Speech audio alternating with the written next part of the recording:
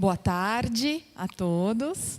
É com muita alegria que finalizamos, com a última palestra, encerrando com chave de ouro, a última palestra do nosso quarto meeting HTM. Brevemente, falando um pouco do currículo da nossa palestrante, doutora Márcia Consulin é coordenadora científica da HTM Eletrônica e irá proferir a palestra com o tema Mecanoeletrofotodrenagem facial, um universo de possibilidades ao seu alcance. Seja muito bem-vinda, doutora Márcia Consulin.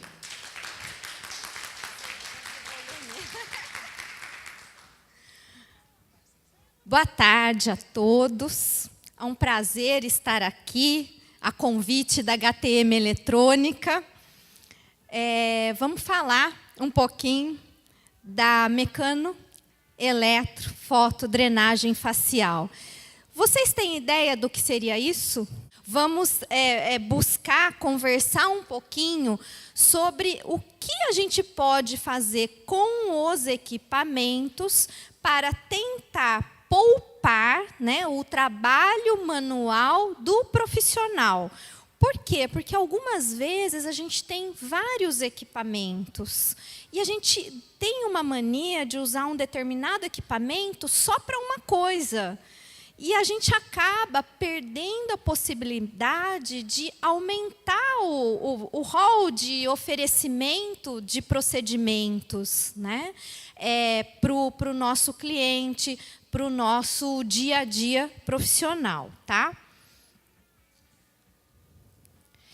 Bom, vamos tentar entender aí esse nome, esse título grande do que seria mecano. O que vem essa palavra mecano a nos dizer? Vácuo. O trabalho com equipamento de vácuo é considerada uma mecanoterapia. Ok? A HTM disponibiliza qual equipamento com essa função de vácuo? Aqui a gente tem, o Beauty Dermo ou o Dermocristal, que são os dois equipamentos onde é possível essa função de vácuo. Eletro, mais fácil, a eletroestética, as correntes terapêuticas de uso na estética. E, para isso, vários equipamentos da linha HTM, a gente tem essa possibilidade do uso de correntes. Então, vamos lá. A gente tem o Vibria. O Vibria, para quem não conhece, pensa que ele é só um ultrassom de alta potência. Ele tem a possibilidade de cabos, de ser cabeado e você trabalhar com terapias isoladas, com eletrodos. Então, é um dos equipamentos com possibilidade de uso de corrente. O que mais que a gente tem? O Estímulos R, que é exatamente esse que a gente vai, que eu vou demonstrar daqui a pouquinho, é um equipamento só de correntes terapêuticas da marca HTM. Temos também o Hybrid, que é este aqui, é um ultrassom também de alta potência, com possibilidades de uso de correntes coadjuvantes ou isoladas, só que ele é um pouco mais compacto, o equipamento, do que o Vibria. E temos o Estímulos Face, que é este aqui, que é uma plataforma de correntes terapêuticas para uso facial. Então, nossa, ele já está assustado, Eu vou precisar comprar todos esses equipamentos para fazer a parte, da eletroestética? Não, Com um deles, tendo o perfil da corrente que a gente já vai conversar e ela tem em todos esses equipamentos, a gente vai conseguir proceder o uso, nessa proposta de drenagem. O que mais que a gente tem? Foto. Da onde vem foto? Fototerapia. Terapia através da luz. né? E com isso, o trabalho com o laser e o LED, que vem no equipamento Fluence, que a gente também vai demonstrar. O equipamento Fluence bastante utilizado na área da estética, onde se tem 2 clusters para se trabalhar com diversos, né, uma gama de possibilidades de uso em terapias, tanto facial, corporal, capilar, podologia, né, várias possibilidades. Aqui a gente só vai falar da drenagem facial. E falando-se em drenagem, o que é considerado uma drenagem?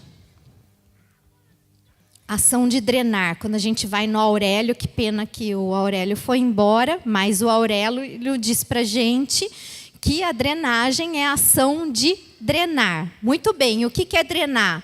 Fazer escoar água, secreções, líquidos de maneira geral.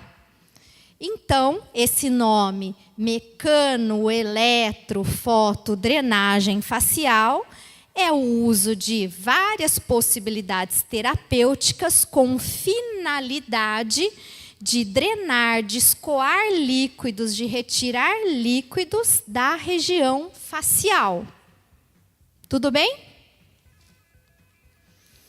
Bom, para a gente falar um pouquinho desse trabalho de fazer essa retirada de líquidos, dessa drenagem, a gente tem que se reportar um pouquitico só algumas lembranças da anatomia.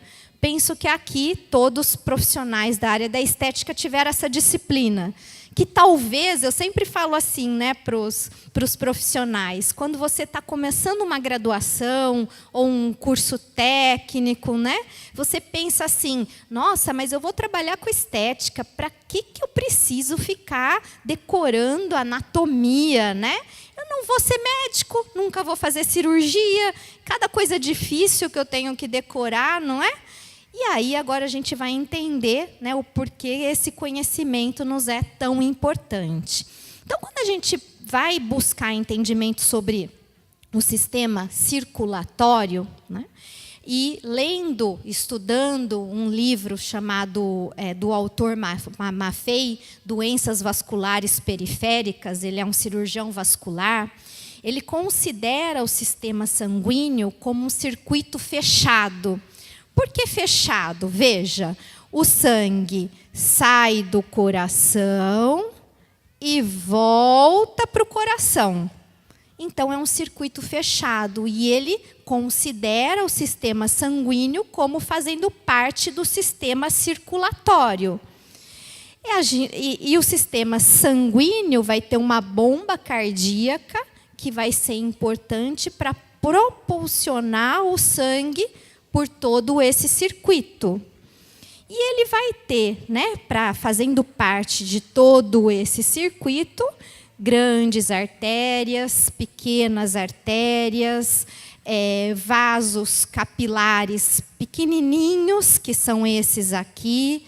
Daí, conforme o sangue vai retornando, né, a gente vai tendo essas pequenas veias maiores, até chegar de volta ao coração, as veias mais calibrosas. Então, as estruturas vão aumentando e diminuindo o seu diâmetro, né, mas todas ali fazendo parte do sistema circulatório.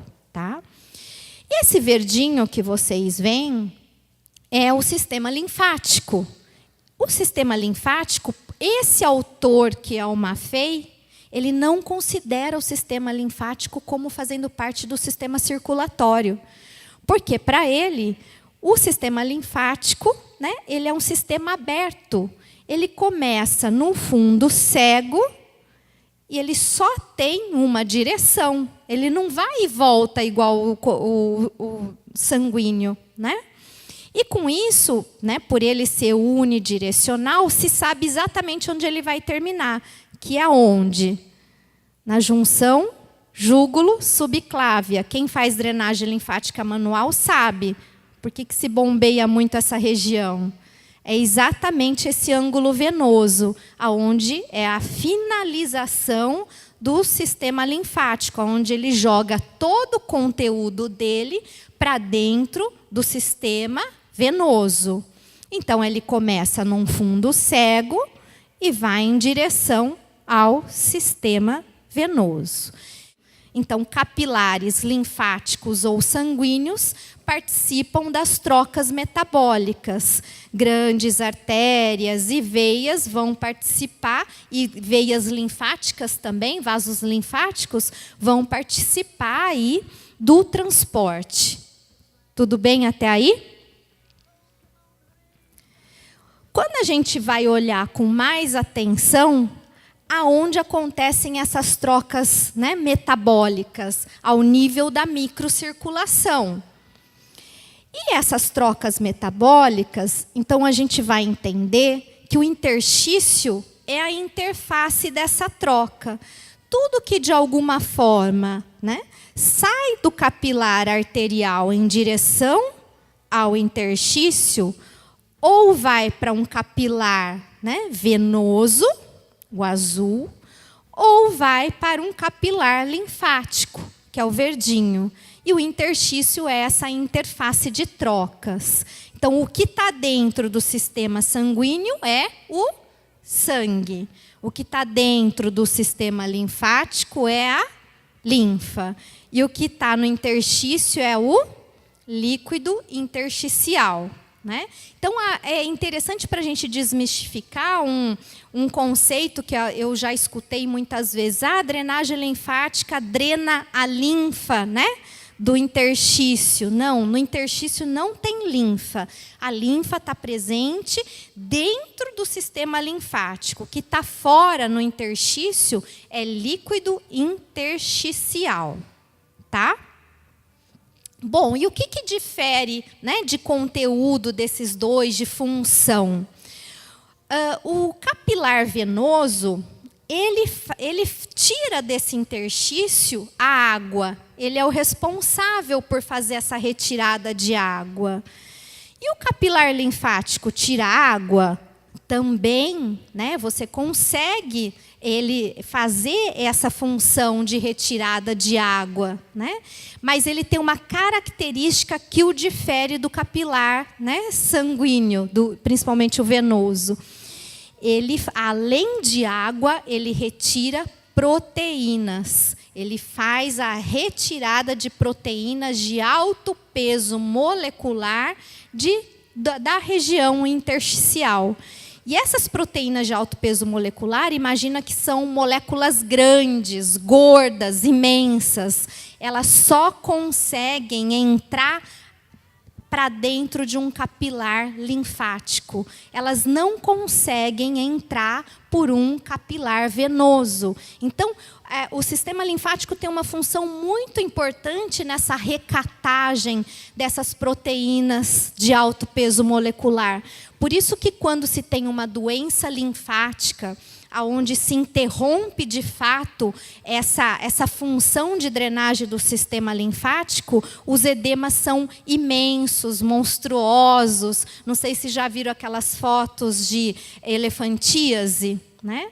Porque vai começando a acumular muita proteína na região intersticial e o capilar venoso não é capaz de fazer a retirada dessas proteínas da região intersticial. Tudo bem? Perguntas? Isso é só revisão, né? Bom, e aí o que é então essa tal de mecanoeletrofotodrenagem, né?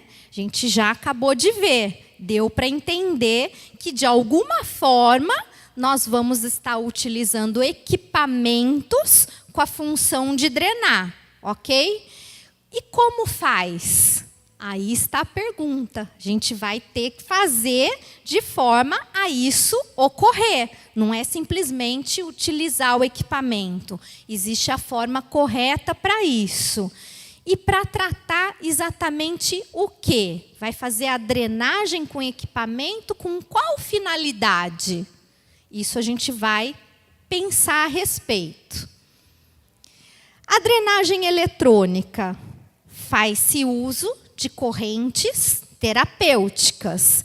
Dentro dessas correntes terapêuticas, é possível de se utilizar a corrente direta, que é essa primeira, que ela vai ter um fluxo de elétrons somente numa direção. Muitos chamam de corrente polarizada, que é também a corrente contínua, onde ela vai ter um polo definido, positivo ou negativo. E a gente vai ter também a possibilidade de fazer uso, né, de correntes alternadas com a função de drenagem linfática. As correntes alternadas, não sei se viram na hora que estava passando o movimento, né, deixa eu voltar um.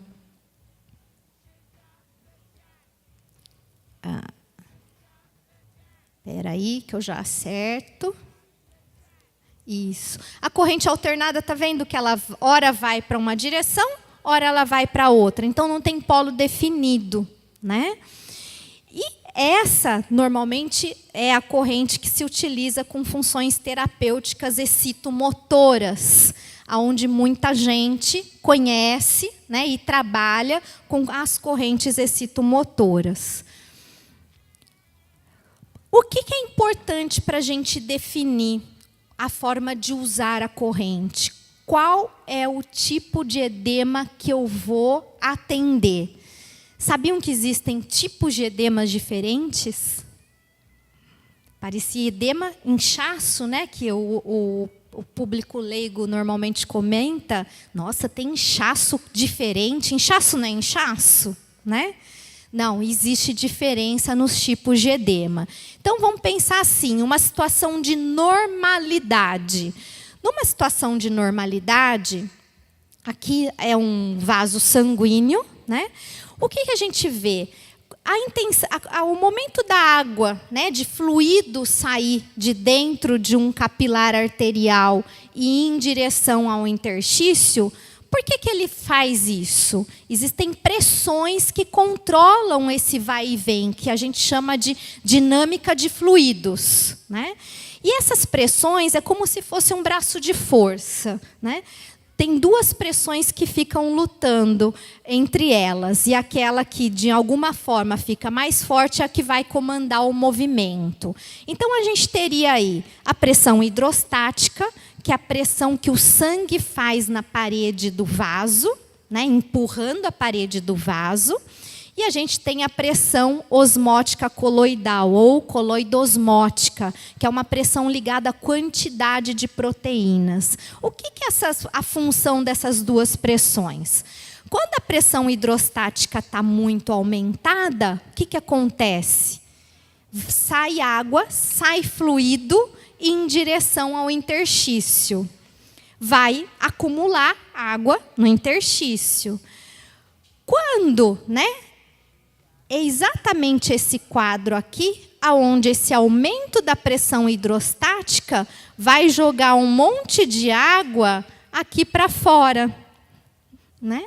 E aí vai se acumular o edema. Então, a gente fala que esse é um edema de característica, né, de muita água e pouca proteína. São aqueles edemas onde você afunda o dedo, onde a gente tem cacifo, aquele edema mole.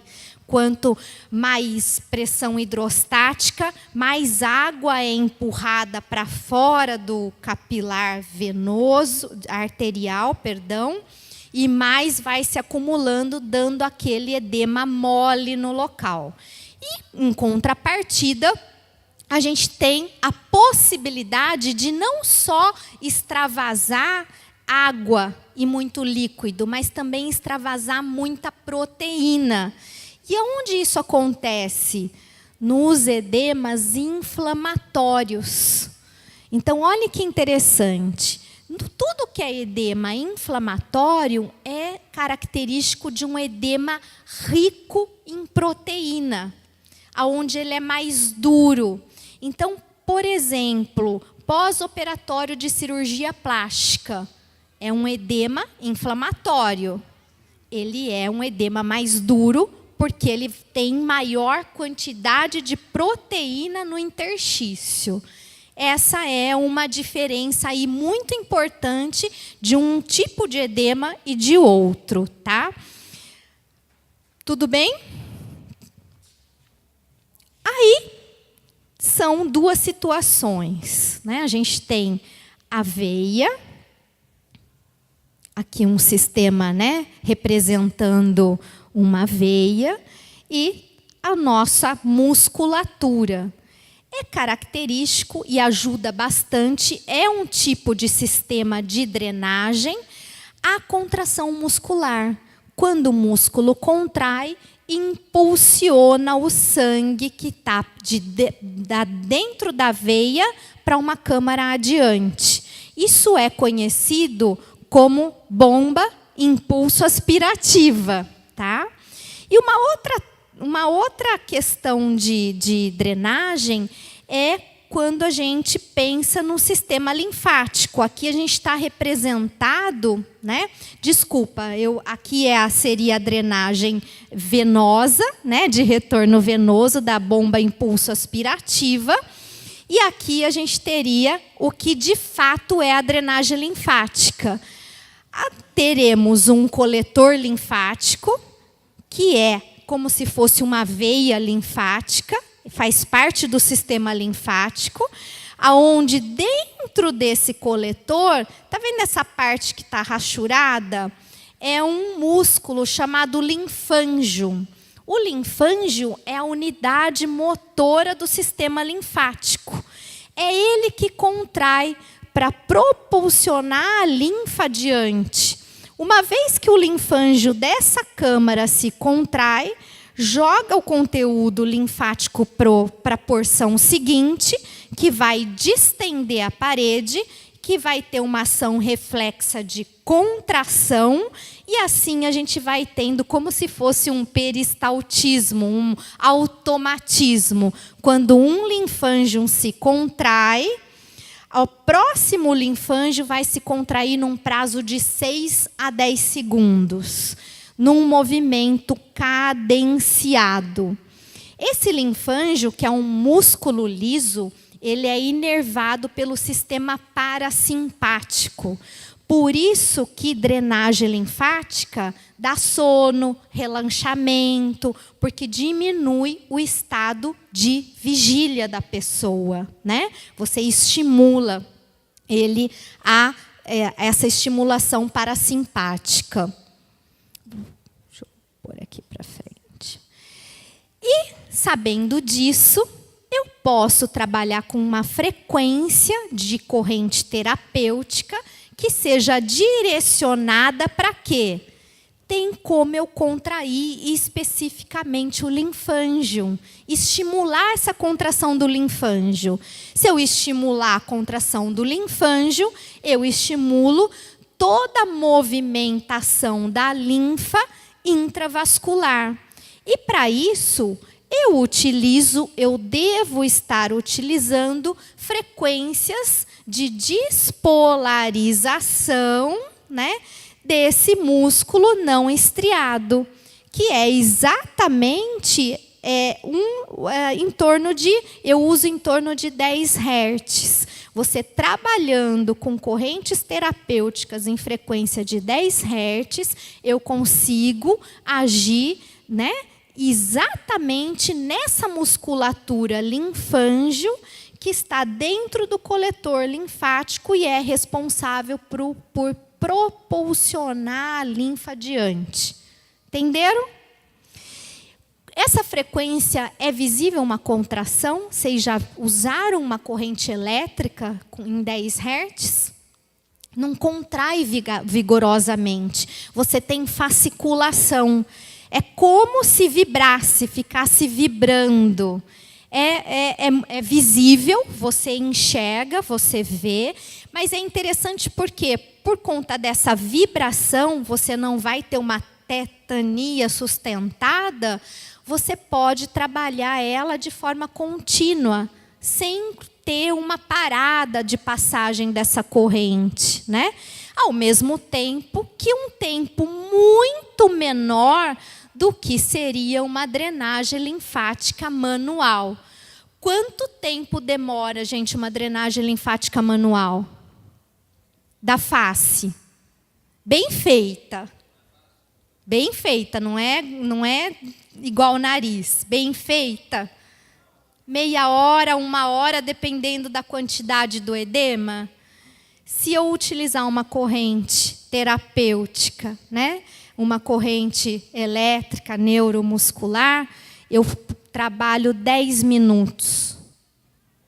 Interessante, né? Facilita. Então, principalmente quando você precisa estimular a drenagem linfática numa determinada região e você quer agregar mais procedimentos para aquele paciente, para aquele cliente, é um recurso muito interessante, que vai diminuir, né, o tempo de ação manual do terapeuta para isso. Então, você pode perder um tempo maior, por exemplo, naquela sessão para fazer uma máscara, para fazer um outro procedimento que você queira agregar, tá?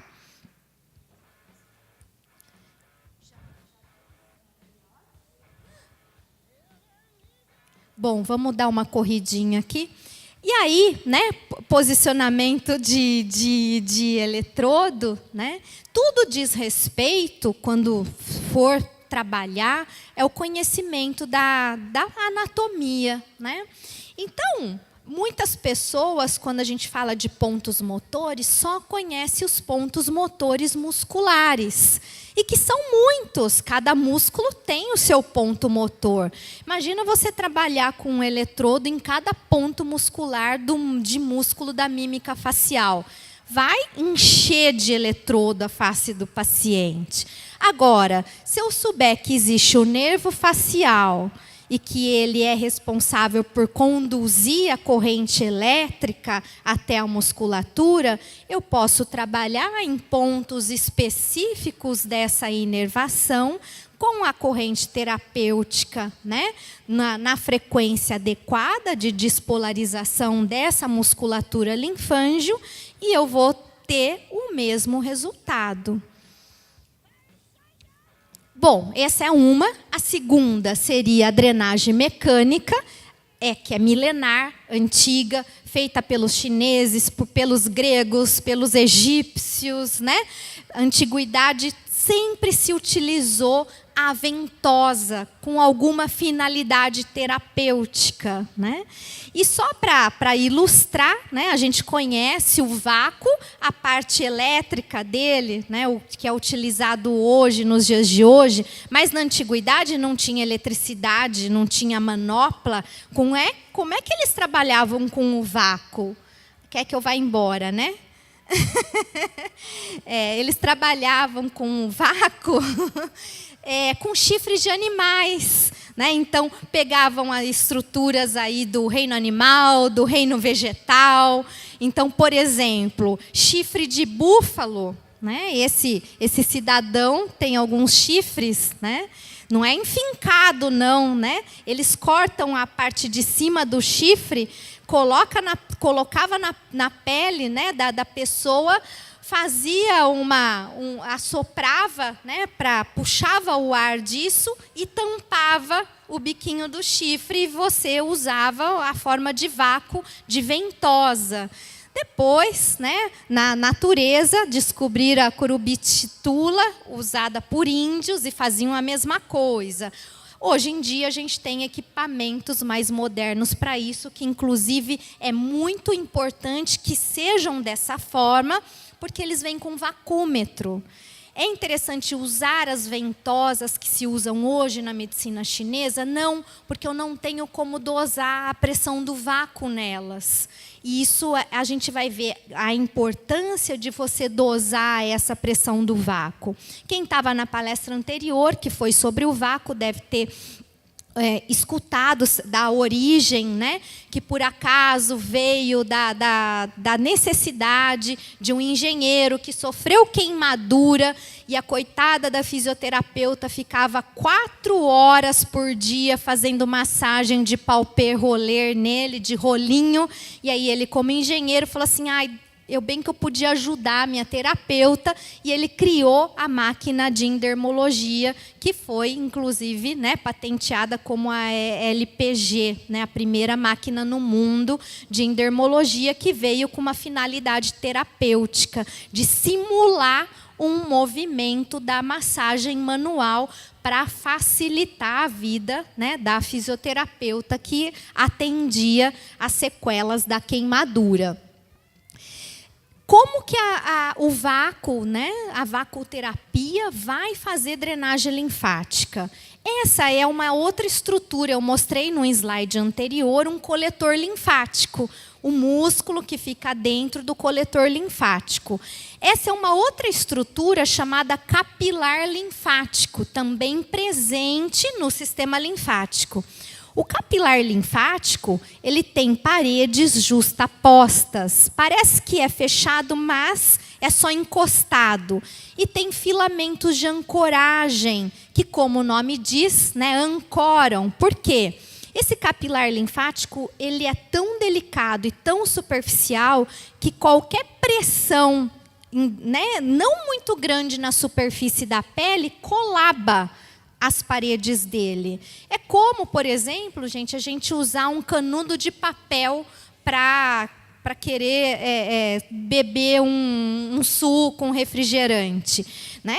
Se o canudo não mantiver a luz do vaso, você não consegue, né, pegar nada pelo canudinho. É a mesma coisa. Então, esses filamentos de ancoragem, eles são responsáveis por manter a luz dentro desse capilar, né? Exatamente para não ter as paredes grudadas. E qual é a função dele que nos interessa? Que ele vai se aderir exatamente às fibras colágenas da nossa derme. Isso quer dizer o quê? Quando eu traciono a minha pele, automaticamente eu traciono esses filamentos de ancoragem e ele me permite a abertura de zônulas para a entrada de proteínas de alto peso molecular. Exatamente por isso é que grandes moléculas conseguem entrar para dentro de um capilar linfático e não conseguem entrar para dentro de um capilar venoso. Porque na hora que esse filamento de ancoragem é tracionado, né, pela tração da pele, abre-se uma abertura muito grande aqui, onde é possível essa macromolécula, essa grande proteína, fazer a entrada dentro desse capilar linfático. Agora, é interessante saber o quê? Então, eu tenho que sair estirando e pressionando a pele? Não. Existe um estiramento e uma pressão que é adequada para isso. Eu fiz uma formação em drenagem linfática manual com o professor Ledoux, né? Ele é da Bélgica, talvez conheçam a técnica dele. Eu fui até a Bélgica e ele é um pesquisador nato, né? Ele e o filho pesquisam muito drenagem linfática. E observaram que a pressão da drenagem linfática não pode exceder 40 milímetros de mercúrio. Se exceder 40 milímetros de mercúrio, você não tem mais possibilidade de fazer a captação de nenhuma macromolécula para dentro desse capilar. Por isso, exatamente por isso, que drenagem linfática se faz com pressão suave. Não se faz drenagem linfática com a mão pesada, né? Exatamente porque você colaba as paredes desse capilar e não entra mais nada dentro dele. O mesmo conceito, a gente leva isso para o vácuo. A pressão do vácuo, se eu quero o efeito de drenagem linfática, não é a mesma pressão que se usa com finalidade de remodelagem. Cada um com a sua finalidade, né? Se eu quero trabalhar com o vácuo para simular efeitos de uma massagem modeladora, a pressão do vácuo é alta. Se eu quero usar um vácuo, né, para simular a drenagem linfática, não pode exceder 40 milímetros de mercúrio. Isso não quer dizer, né, que esteja errado quem faz um ou de outro. Depende da sua intenção, depende de como você vai utilizar aquele recurso e com qual a intenção de se utilizar, ok? Aqui mostrando, né, quem tem o vácuo aqui, alguém de vocês tem? Então, geralmente, as manoplas faciais são as de vidro, né? E essas de vidro têm um buraquinho, e você, para conseguir o vácuo, você fecha essa saída de ar. E aqui, essa imagem está mostrando, né, aonde você teria, ao distender esses filamentos de ancoragem, essa possibilidade de se abrir, né, essa zônula para a penetração aí de macromoléculas e também de muita água, né? Porque a drenagem linfática, a gente pode fazer tanto, né, usá-la como função de reabsorção de líquido, de água, como também de proteína. Então, a drenagem linfática ela vai te servir para um edema rico em proteína, como também para um edema rico em água, né? Você utiliza ela com as duas finalidades. E lembrando do linfonodo, que é uma outra estrutura linfática, onde ele fica em grupamentos, né? Se conhece na região da face, é importante saber qual é a localização desses linfonodos, né? Exatamente para que a pressão de forma pulsada sobre esses linfonodos, o que a gente consiga fazer? Estimular a saída de líquidos, né, por essa região eferente. Olhe como é interessante esse linfonodo, né? Esse linfonodo, ele recebe vários coletores linfáticos, que a gente chama de aferentes, e a sua saída tem poucos coletores linfáticos, né, eferentes. Então, aqui, a gente vê 1, 2, 3 coletores aferentes e 1 coletor eferente. Isso faz com que a circulação linfática nessa estrutura fique altamente lentificada. Por isso que toda a drenagem linfática, o que é de conhecimento? Como que se começa uma drenagem linfática? A manual que seja. Bombeando. Exatamente para que você consiga, né, estimular a passagem da linfa por essa estrutura onde se tem um trânsito linfático muito lento. E a mesma coisa deve se fazer quando estamos pensando em trabalhar com o vácuo nessa região, né? A depressodrenagem linfática é assim chamada, que seria a drenagem linfática por pressão negativa, né? Não pode, então, exceder, mediante pesquisas científicas da família Ledoux, né? Tanto do pai quanto do filho, os 40 milímetros de mercúrio. E você pode, com o recurso de vácuo, trabalhar sobre os linfonodos de forma pulsada, simulando os bombeamentos linfáticos que tem em todos os métodos de drenagem linfática manual. E você pode trabalhar de forma contínua sob o trajeto linfático. E para isso é importante conhecer a anatomia linfática, né? Para isso é importante você ir atrás dos livros, onde estão os linfonodos na região facial, qual é a direção do fluxo linfático nessa região. Bom, e a drenagem fotônica? Utilização da fototerapia com finalidade, né, de drenagem. Aqui, gente, deixa eu passar aqui.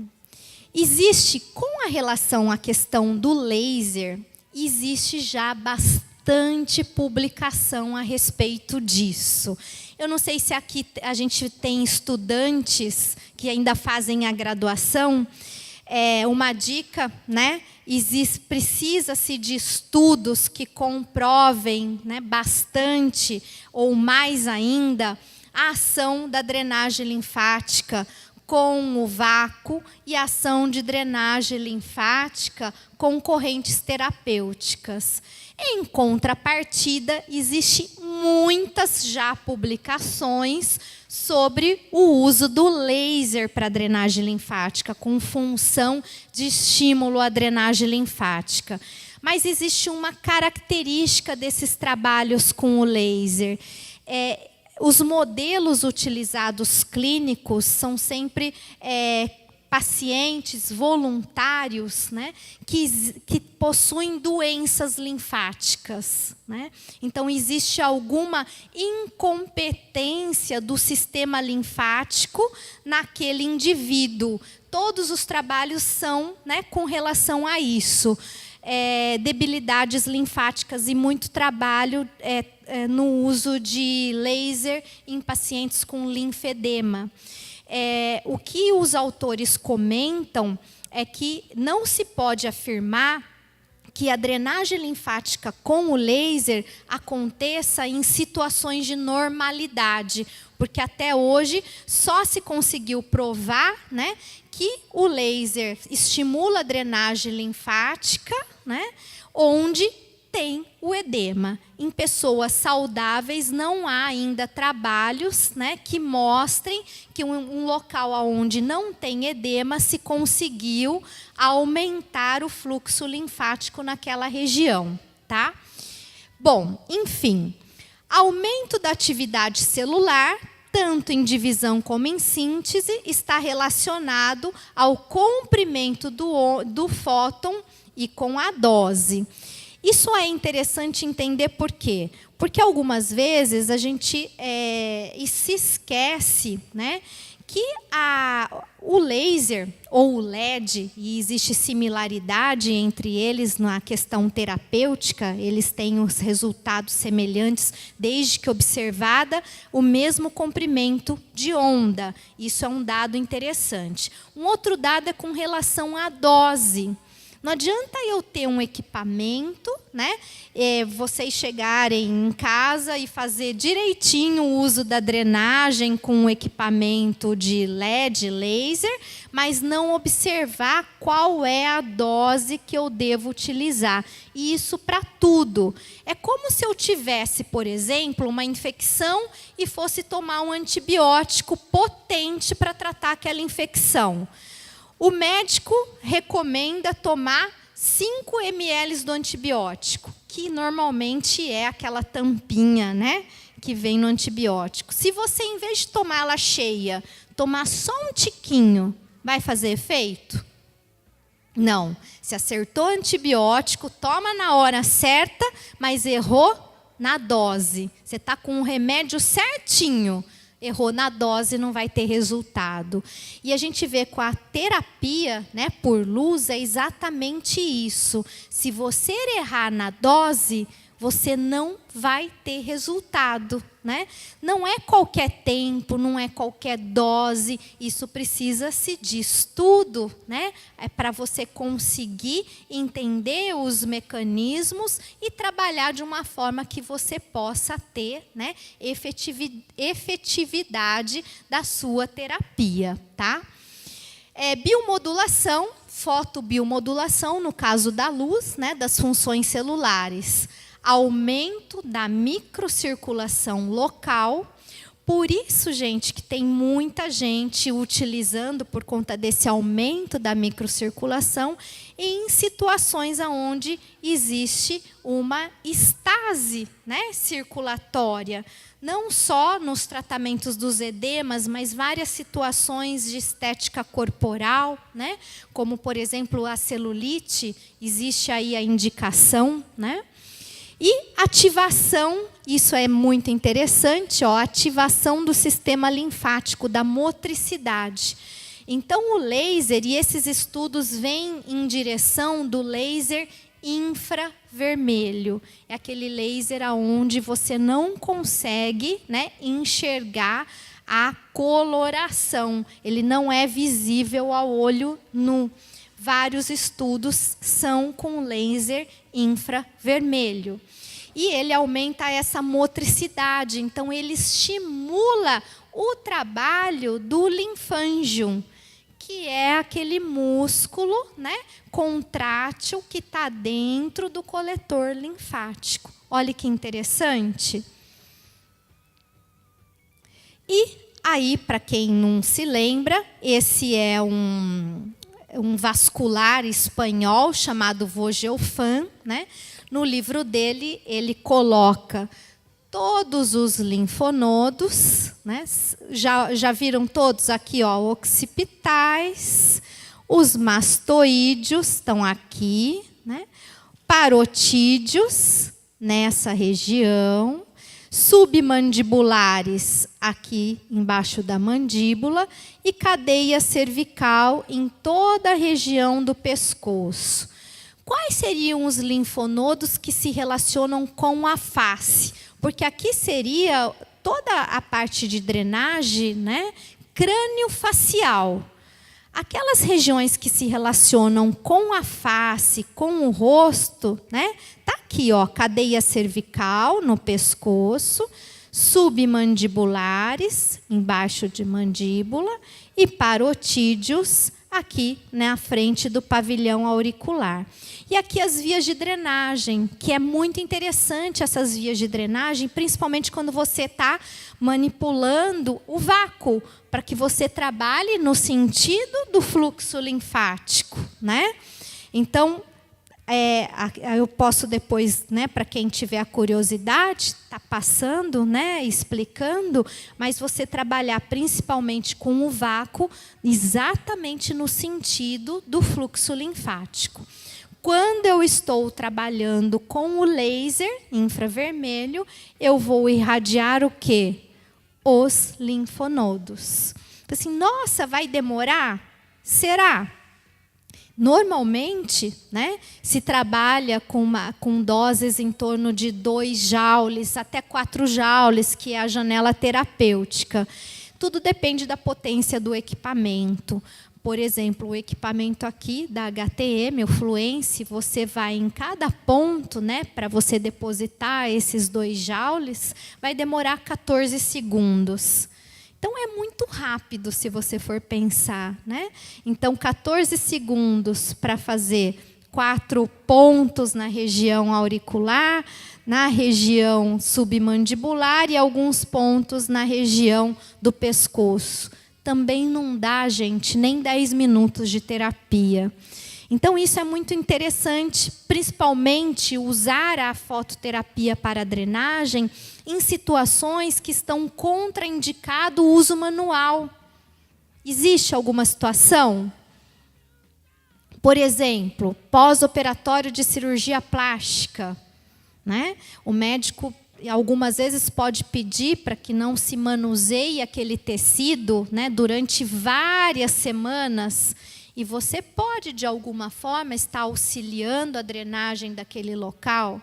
Ou então, né, você pode estimular a drenagem linfática num paciente em muito menos tempo do que seria a drenagem linfática manual feita, né, com as mãos. Essa seria a intenção, de você saber muitas vezes que você tem um equipamento e que você pode fazer uso com a finalidade de drenagem linfática em muito menos tempo.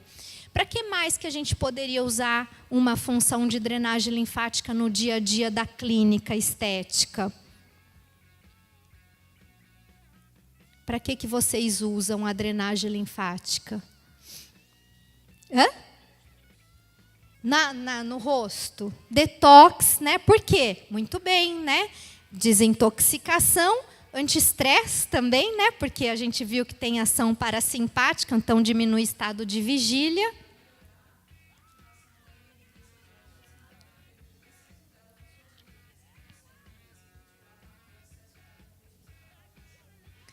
Então, melhorar toda, né, a estase microcirculatória naquela região. Então, muitas vezes, a drenagem linfática ela é um coadjuvante muito importante nos procedimentos estéticos. Então, por exemplo, quem faz uso de uma função de drenagem linfática na limpeza de pele? Ninguém. Precisa? Tentem experimentar. É muito interessante. Porque depois da extração, como fica o rosto? Cheio de edema, que parece que a pessoa deu de cara com um ninho de marimbondo, não é? Dependendo se a pessoa tiver a mão um pouquinho mais pesada, né? E a drenagem linfática, no caso, né? Imagina, demora, não é, a limpeza de pele? Quanto tempo demora? Meia hora na limpeza de pele? Então, lá em São Paulo, às vezes, né, tem limpezas de peles que fazem até 2 horas, 1h30. Talvez seja, né, regionalizado, diferente. Imagina você fazer uma drenagem linfática manual depois de uma limpeza de pele. Já vai fechar a agenda da pessoa a tarde toda, demora demais. Mas se você tiver 10 minutos para facilitar essa drenagem linfática, por exemplo, com um procedimento rápido e efetivo e seguro, o paciente vai perceber, né? Porque ele vai sair com aquela fisionomia, né? Aquela diminuição do inchaço muito visível, né? É onde você vai aderir o paciente ao seu tratamento, aos seus cuidados. Ele vai voltar, porque ele vai conseguir fazer a limpeza de pele e trabalhar na sequência. Isso a gente vê que às vezes é um trauma do paciente, que é marcar a limpeza de pele no último horário, para depois de lá ele já ir correndo para casa e ninguém vê-lo, né? Então isso tudo vai facilitar o dia a dia. E outras situações onde é possível você entrar com a drenagem linfática, só que agora a gente conhecendo que não é mais necessário só se pensar na drenagem linfática manual. Eu posso utilizar, né, e não necessariamente os 3 equipamentos, né, as 3 formas terapêuticas que eu mostrei. Você escolhe uma delas, né, normalmente aquela que você tem, tá? Bom, aqui é onde eu já falei da fotoestimulação e aqui fica meus contatos para quem precisar.